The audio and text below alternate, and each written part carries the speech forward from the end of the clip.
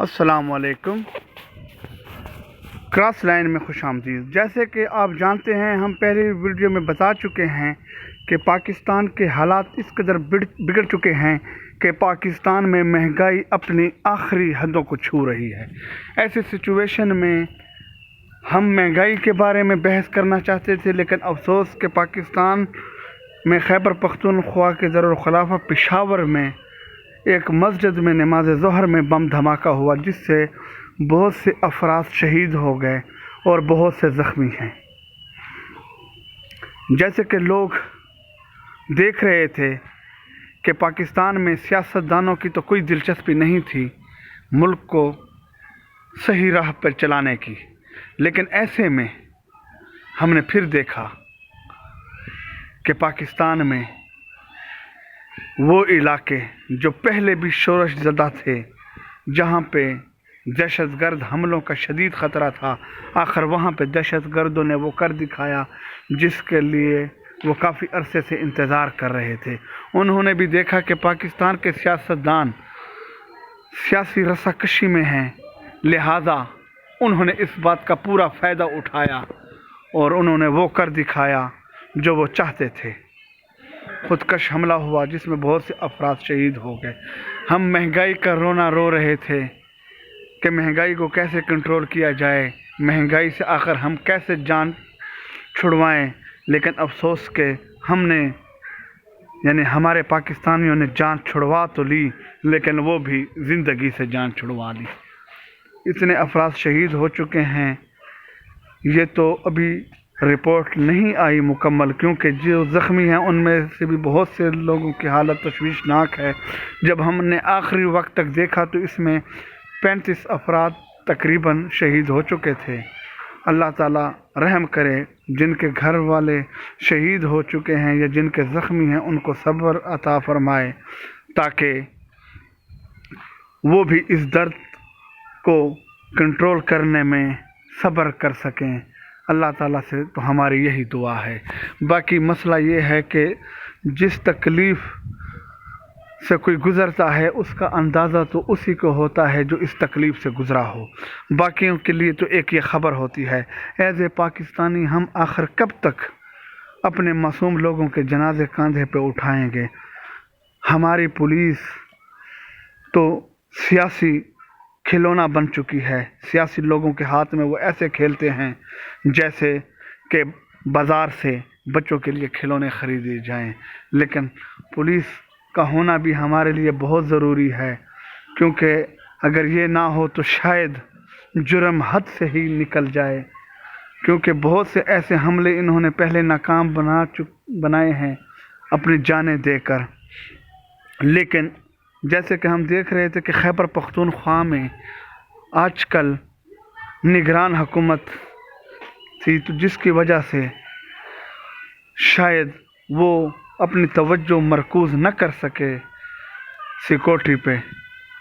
تو اب ایسے حالات میں آگے ہمیں سوچنا چاہیے کہ آگے بھی ایسے حملے ہو سکتے ہیں، لہٰذا اللہ تعالیٰ سے دعا بھی ہے کہ وہ ہمیں ان چیزوں سے محفوظ رکھیں، اور ساتھ ہماری اللہ تعالیٰ سے یہ بھی دعا ہے کہ ہمیں صبر عطا کرے اور ہمیں عقل و فراست نصیب کرے، تاکہ آگے ہم ان چیزوں کو کنٹرول کر سکیں۔ باقی بات ہو رہی تھی مہنگائی کے بارے میں، تو مہنگائی کا طوفان سر اٹھا چکا ہے۔ مہنگائی کا سونامی اپنے جوبن پر ہے، اور مستقبل قریب میں ہمیں کوئی امید نظر نہیں آ رہی کہ وہ اس مہنگائی کو کیسے کنٹرول کیا جائے گا، کیونکہ جو کنٹرول کرنے والے ادارے ہیں وہ تو بس بڑھانے کے ہی چکر میں ہیں۔ وہ دن بدن اسی کوشش میں ہیں کہ پاکستان کو کس طریقے سے ہم مزید قرضوں میں جکڑیں، نہ جانے ایسے لگتا ہے خدا جانے کہ شاید ان کا IMF کے ساتھ سودا ہو چکا ہے کہ ہم اس ملک کو کنٹرول کریں گے مہنگائی کے ذریعے، بجائے کنٹرول کریں گے لوگوں کو سہولیات دینے کے۔ یہ حالات اگر یوں ہی چلتے رہے تو پاکستان ویسے بھی کئی لوگوں کے نزدیک تو دیوالیہ ہو چکا ہے، اور کئی لوگ تبصرے کرتے ہیں کہ دیوالیہ ہونے کے قریب ہے۔ ملک دیوالیہ ہو یا نہ ہو یہ تو بات کی بات ہے، لیکن لوگ ضرور دیوالیہ ہو چکے ہیں۔ ظاہر ہے ملک عوام کے ساتھ ہی ہو تو ملک بنتا ہے، اگر ملک میں عوام ہی نہ ہو تو وہ ملک کیا خاک ملک بنے گا؟ اب آگے دیکھتے ہیں قریب جو حالات چل رہے ہیں، ان حالات میں تو ملک کا سنبھلنا بہت مشکل ہو چکا ہے، لہذا ہمیں اچھی امید رکھنی چاہیے۔ سیاسی گرفتاریاں اپنے عروج پہ ہیں، لوگ کو انصاف میں تاخیر ہو رہی ہے، تو ایسے سچویشن میں کیا کیا جائے گا؟ کچھ بھی نہیں، جیسے کہ ہم پہلے کہہ چکے ہیں کہ سوائے دعا کے اب ہمارے پاس کیا رہ چکا ہے؟ یہ جو ہم پرندے دیکھ رہے ہیں کھلے پھر رہے ہیں، شاید پاکستان میں مہنگائی اس سے بھی زیادہ آزاد ہے کہ جہاں اس کا دل چاہے وہ اڑ کر پرواز کر لیتی ہے اور غریب بیچارہ دیکھتا ہی رہ جاتا ہے۔ ایسی سچویشن کا وہ لوگ تو بہت فائدہ اٹھا رہے ہیں جن کے پاس پیسہ ہے، اس لیے کہتے ہیں کہ جب کسی ملک میں غربت بڑھتی ہے تو امیر ہو جاتے ہیں، جو غریب ہیں وہ مزید غریب ہو جاتے ہیں۔ اس کی مین وجہ یہی ہے کیونکہ امیر دولت مند لوگ، تاجر لوگ، وہ تو اپنے پیسے کا استعمال کر لیتے ہیں کیونکہ ان کو تو پہلے ہی پتہ ہوتا ہے کہ یہ مہنگائی عنقریب اس قدر بڑھے گی، تو کئی لوگ تو پہلے سے ذخیرہ اندوزی کر چکے ہوتے ہیں اور کئی لوگ ذخیرہ چند دن پہلے ہی کر لیتے ہیں۔ ہر کوئی اپنی حیثیت، اپنی اوقات کے مطابق پاکستان کو برباد کیا جا رہا ہے، پاکستان کو لوٹا جا رہا ہے، ایسے لوٹا جا رہا ہے جیسے پاکستان میں یہ لوگ دوبارہ کبھی آئیں گے بھی نہیں، اور جیسے ہی پاکستان کو لوٹتے ہیں وہ اس ملک کو ایسے چھوڑ جاتے ہیں، ایسے غائب ہو جاتے ہیں جیسے گدھے کے سر سے سینگ۔ ایسے حالات میں غریب پاکستانی کیا کرے گا؟ غریب پاکستانی بھی یہی چاہتا ہے کہ وہ اس ملک سے نکلے، باہر کے ملکوں میں خاص کر عرب ممالک میں کوئی نہ کوئی روزی کرے، لیکن وہ کہاں تک روزی کریں گے؟ کیونکہ پاکستان کی کرنسی تو اس قدر گر چکی ہے کہ وہ جب پاکستان پیسے بھیجتے ہیں وقتی طور پہ تو خوش ہوتے ہیں کہ ہمارے پیسے اب اتنے بنتے ہیں، پہلے اتنے بنتے تھے، لیکن وہ یہ بھول جاتے ہیں کہ مہنگائی، چیزیں بھی تو اس سے دگنا مہنگی ہو رہی ہیں، کیونکہ ہمارے پیسے کا دار و مدار ڈالر کے ساتھ ہی ہے۔ ڈالر بڑھے گا تو پاکستان مزید قرضوں میں پھنسے گا، اور قرض ہمارے حکمرانوں نے تو نہیں اتارنا اپنی جیبوں سے، انہوں نے غریب عوام کا خون چوس کر ہی ہمارا قرض اتارنا ہے، کیونکہ ہم تو گھر میں بیٹھے ہوتے ہیں، رات کو سوتے ہیں، جب صبح اٹھتے ہیں تو پتہ چلتا ہے کہ آج پاکستان اتنا قرض میں گرفتار ہو چکا ہے، تو ہم سوچتے ہیں کہ رات کو تو ہم سوئے تھے، ہم نے تو کسی سے قرض نہیں لیا، اور پاکستان کے حکمران نے بھی تو بظاہر قرض نہیں لیا ہوتا، لیکن جب ہمارے کرنسی گرتی ہے، ڈالر کے مقابلے میں روپے کی قدر کم ہوتی ہے، تو ہم آٹومیٹک اربوں روپے کے مقروض ہو جاتے ہیں۔ اب اربوں کا لفظ بھی چھوٹا رہ گیا ہے، کھربوں میں، جیسے ہم انڈین فلموں میں دیکھا کرتے تھے کہ ایک ویلن کہتا تھا کہ ہم نے 2000 کروڑ کا گھپلا کرنا ہے، کوئی 3000 کروڑ کا، تو شاید پاکستان بھی وہ انڈین ساؤتھ فلموں والی مثالیں اب یہاں پہ نافذ ہو چکی ہیں کہ اربوں کھربوں کی کرپشن، جس کو ہم کئی سو کروڑ تو نہیں کہتے، کئی سو ارب ہی کہیں گے۔ تو یہ جو پرندے ہم دیکھ رہے ہیں، یہ پرندے پنچھی تو آزاد ہیں، ان کا عام لوگوں سے کیا لینا دینا، لیکن جو لوگ ان کے لیے دانہ وغیرہ لیتے تھے وہ بھی یہی رونا روتے ہیں کہ اب ہم یہ چیزیں کہاں سے لیں گے۔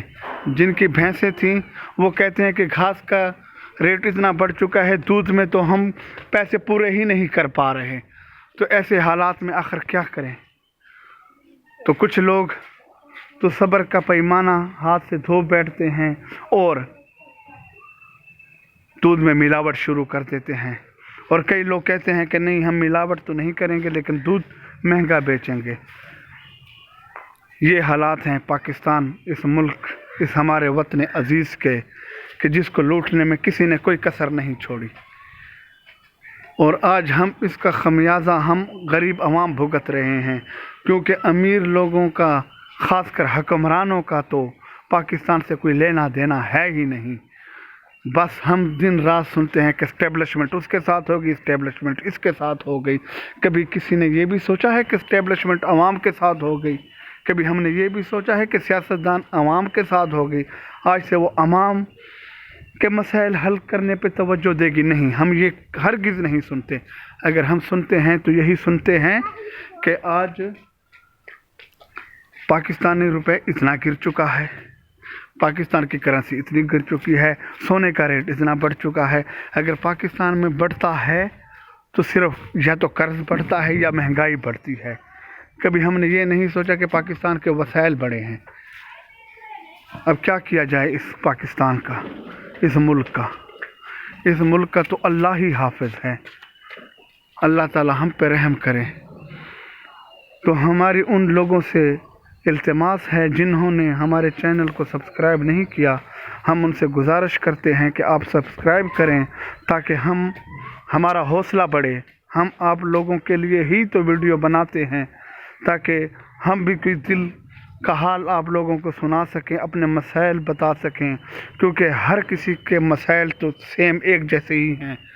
لہٰذا آپ سے گزارش ہے کہ ہمارے چینل کو سبسکرائب کریں تاکہ ہم آگے بھی آپ کے لیے یوں ہی ویڈیو بناتے رہیں، آپ لوگوں کو وہ مسائل بتاتے رہیں، کیونکہ اگر ہم مسائل حل نہیں کر سکتے، کم از کم ہم مسائل اجاگر تو کر سکتے ہیں۔ آگے ہماری کوشش یہی ہوگی کہ ہم آپ لوگوں کے مسائل حل کرنے کے لیے بھی کچھ تجاویز پیش کریں۔ تو برائے مہربانی ہم ایک بار پھر آپ سے گزارش کریں گے کہ جن لوگوں نے ہمارا چینل سبسکرائب نہیں کیا، جیسے ہی ان کے سامنے ہماری ویڈیو آئے تو برائے مہربانی ہمیں سبسکرائب کریں۔ اللہ حافظ۔ اللہ تعالیٰ پاکستان پہ رحم کرے، اللہ تعالیٰ ہر مسلمان پہ رحم کرے۔ Thank you.